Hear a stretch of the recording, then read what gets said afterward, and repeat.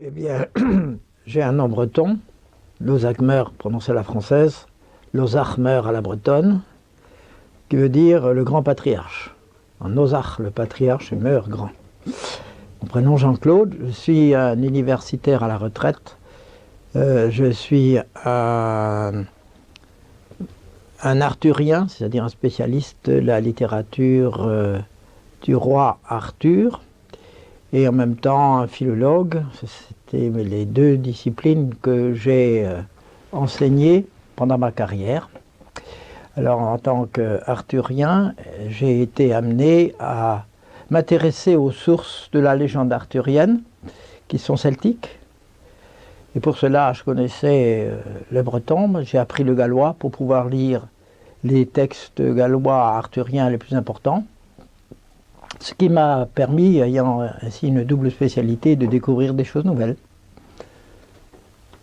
Et de fil en aiguille, je suis remonté aux mythologies, qui sont en amont du Conte du Graal, le roman inachevé de Chrétien de Troyes. Et petit à petit, je suis devenu un peu mythologue.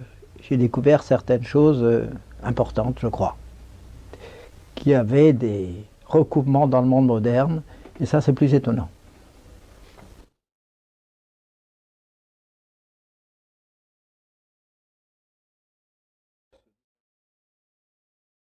Alors, le mien se distingue en ceci que,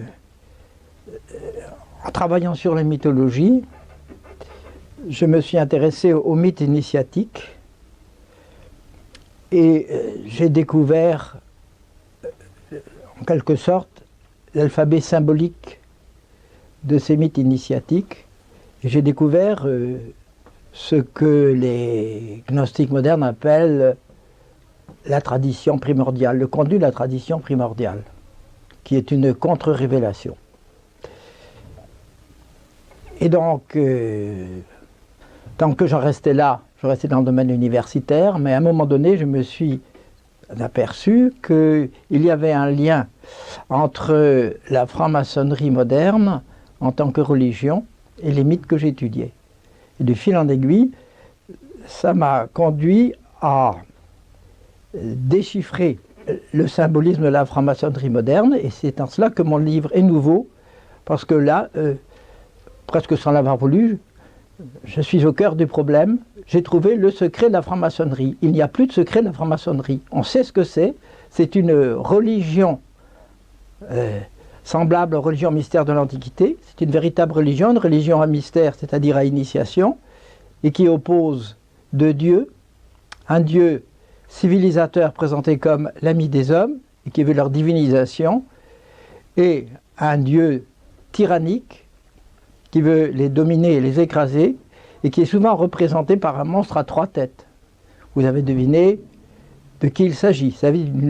Nous sommes en présence d'une véritable inversion. Le Dieu bon, entre guillemets, c'est Lucifer, et le Dieu mauvais, c'est le Dieu de la Bible et l'Évangile. Et c'est cela le secret de la franc-maçonnerie. C'est son moteur. Elle lutte contre le Dieu des chrétiens. Et elle veut établir une civilisation anti-chrétienne, antithéiste, et une civilisation qui portera la révolte de l'humanité à son sommet. Alors, ça c'est le noyau de ce que j'ai trouvé. Dans mon livre, eh bien, j'ai cherché les composantes. J'ai étudié les composantes à la lumière de cette découverte, et mais désormais, je sais de façon très précise ce que la franc-maçonnerie prépare pour l'humanité. C'est un régime absolument totalitaire qui se trouve décrit par les têtes pensantes de ces grandes composantes.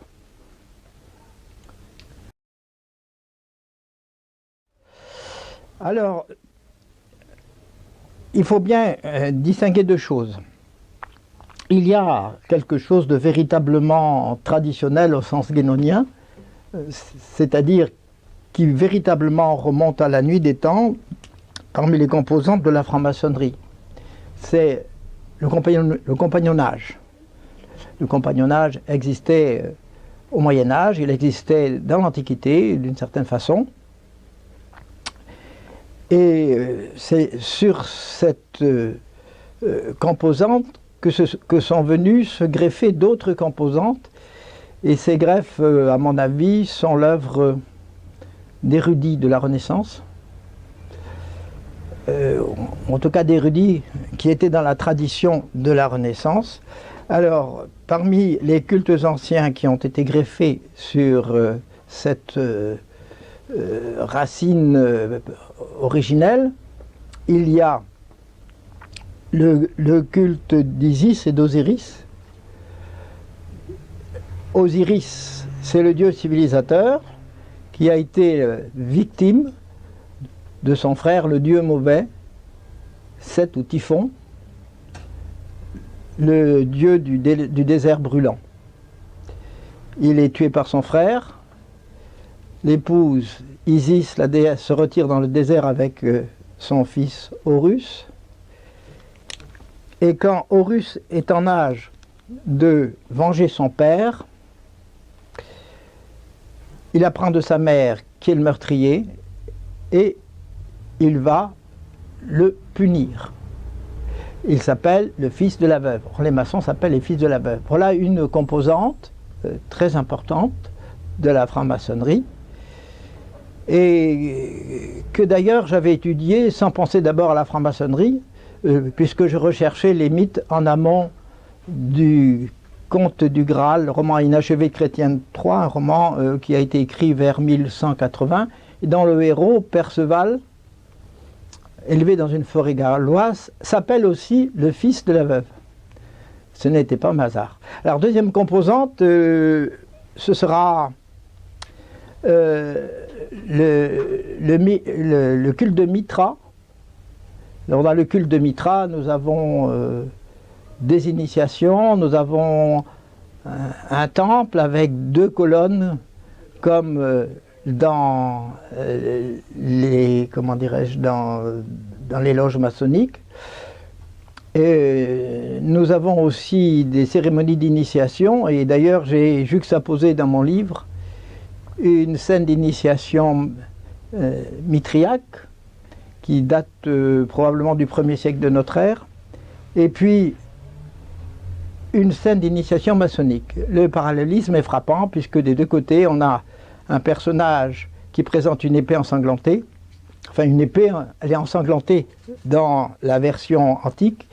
Elle n'est pas ensanglantée dans la version maçonnique. Mais le personnage est nu dans la version antique. Chez les maçons, il est partiellement nu. Dans les deux cas, il a les yeux bandés. Donc, l'emprunt est très net, et dans ce culte de Mitra, eh bien, il y a un dieu bon symbolisé par un taureau, et un dieu mauvais, entre guillemets bien sûr, symbolisé par trois animaux répugnants qui l'attaquent. Alors voilà pour les principales composantes anciennes.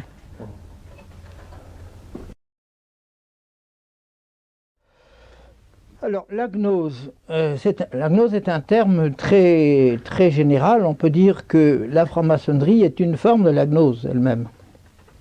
Évidemment, la franc-maçonnerie est une gnose, c'est-à-dire une religion qui prétend transmettre par cérémonie une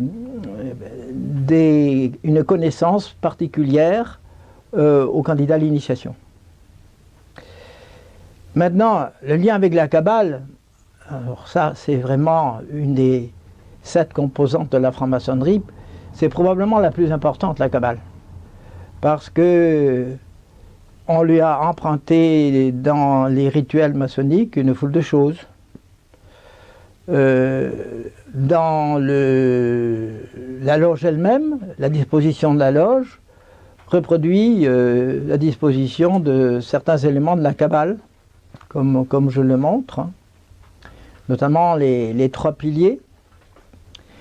Et puis, ce qui est très intéressant aussi, c'est que sans le vouloir, j'ai découvert l'origine des fameux 3 points.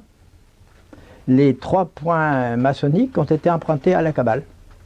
Ils représentaient à l'origine la divinité Trine. Et donc c'est extrêmement important. Et alors ce qui à mon avis est le plus important encore, c'est que il y a des penseurs de la Kabbale qui sont particulièrement représentatifs et qui nous révèlent les buts véritables de la franc-maçonnerie. Je pense en particulier au moine hérétique Campanella. Campanella, eh bien, il prévoit la cité de demain. C'est un monde dans lequel toutes les religions auront été fondues en une seule, et les religions auront pour centre Jérusalem, et d'autre part ce sera un régime communiste où l'on pratiquera l'eugénisme, l'euthanasie, où l'on développera les sciences et les techniques. Mais parmi les composantes, il n'y a pas que cela, il y a aussi l'alchimie, et je vous laisse découvrir mon interprétation du fameux dessin alchimique du Rubis, qui révèle le but ultime de la franc-maçonnerie, puisque la franc-maçonnerie ayant intégré l'alchimie, elle intègre aussi ses objectifs. Alors l'objectif de l'alchimie, c'était de développer les sciences et les techniques de manière que l'humanité puisse se débarrasser de Dieu, du Dieu de la Bible, représenté comme un Dieu mauvais. Donc voilà quel est le but de la franc-maçonnerie. Évidemment, pour y parvenir, elle cache cela, d'une part, sous le voile du secret, mais aussi et surtout sous le voile des idéologies. Les idéologies, ce sont des systèmes de pensée qui ont pour objectif d'amener les masses à accomplir le programme des initiés sans le savoir. Parce que les idéologies flattent les passions des masses. Il y a les idéologies de droite et les idéologies de gauche. Et la droite sert à faire passer les conquêtes de la gauche. Mais le monde vers lequel nous nous dirigeons, le monde de progrès qu'on nous chante si souvent, n'est-ce pas? Eh bien, c'est l'univers, dans la meilleure des hypothèses, l'univers décrit par Aldous Huxley dans Le meilleur des mondes, et dans l'hypothèse la plus pessimiste, c'est 1984 de George Orwell. Mais c'est vers là que nous allons.